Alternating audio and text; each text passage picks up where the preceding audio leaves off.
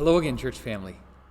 In this third and final email and video message about our church's plans for indoor-outdoor worship services, I'd like to share with you what you can expect as you come to church. First of all, if you plan to worship at home, you are welcome to do so, and we're going to continue to provide the online service for those who will be at home. If you plan to worship outside, you're welcome to continue to bring your lawn chairs or even a blanket to sit on if you'd like. Beginning next Sunday, July 5th, we will meet on the lawn to the west of the church building. If you plan to worship from inside your car, you can park in the northwest corner of the church parking lot, just to the west of the main entrance. For all those coming to church who will be getting out of their cars, please leave that area of the parking lot open for those who would like to listen to the service from their cars. For those who would like to worship indoors, beginning July 12th, here's what you can expect. These are the practical measures that we're taking to do our best to prevent the spread of the coronavirus. First of all, as you come through the main entrance, an usher will hold open the door for you. We would like to have one-way traffic, foot traffic that is, and so please come through the east doors into the sanctuary. These doors will be propped open, and then walk through the back of the sanctuary and then find a seat. We're planning to have folding chairs set up for you, and the chairs will be spaced apart in compliance with social distancing guidelines. We would encourage you to sit just with the members of your household. After the service is over, ushers will dismiss you by section, beginning with the south section of the sanctuary that is closest to the doors here. And you can proceed through the entryway and out the west doors of the main entrance. We're going to have ushers dismiss you for several reasons. First of all, by going outside right away, everyone in attendance, both inside and outside, can have fellowship together after the service.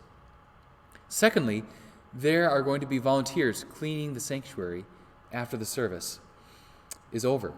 Rather than having them wait for everyone to chat and then clear out before they can begin cleaning, we would like to have everyone go outside for distance-respecting fellowship so that our volunteers can start cleaning right away and then get on with their day. And then thirdly, as I mentioned in the last email, loving God and loving others calls us to take measures to prevent the spread of the coronavirus. There is a consensus among medical professionals that outdoors is a much safer place to have conversations than indoors, and so we would encourage you to enjoy fellowship outside after the service. The restrooms will be available for urgent use.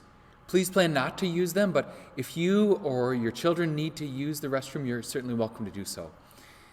We would like to encourage the use of a restroom by only one individual or family at a time. Clorox wipes will be available on the restroom counters if you would like to use them. The drinking fountains are not available for use. We're planning to have 2 containers available where you can drop your offering. One will be just inside the sanctuary here by the sound booth. You can drop off an offering there on your way into the service if you'd like. The other will be just inside the sanctuary in between the double doors right behind me here, and you can drop off your offering there on the way out of the service. We would like to request that you do not enter any areas of the building other than the sanctuary and the restrooms. Remember that the GC4 Childcare uses our building throughout the week, so we need to clean any areas of the building that we use. And so for the sake of our cleaning volunteers, please do not enter the kitchen or any other areas of the building besides the sanctuary and the restrooms.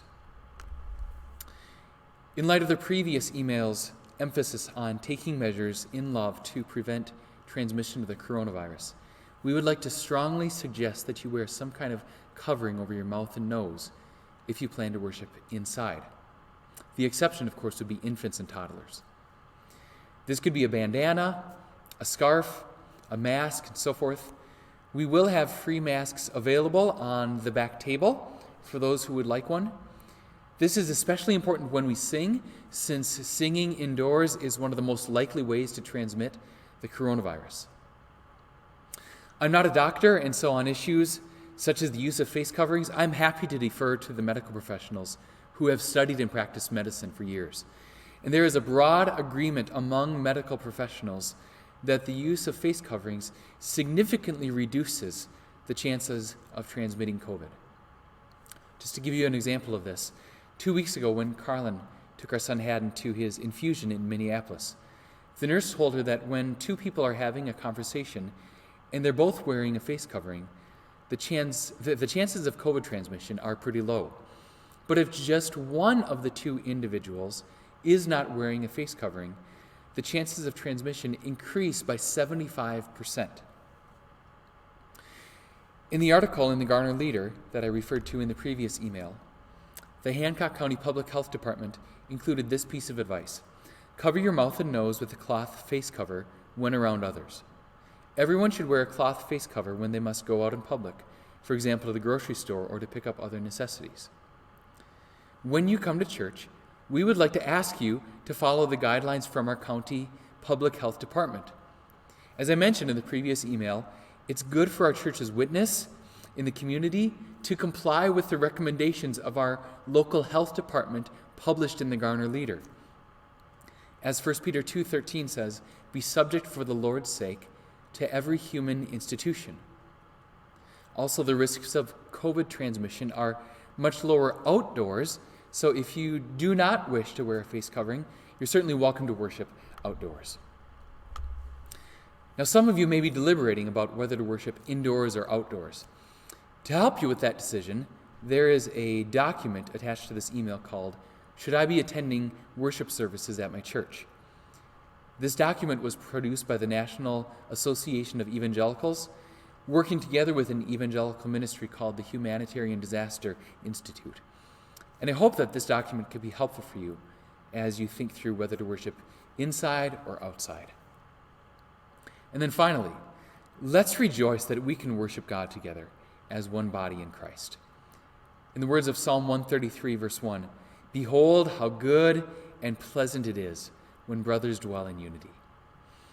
I look forward to seeing you soon as we worship God together in unity.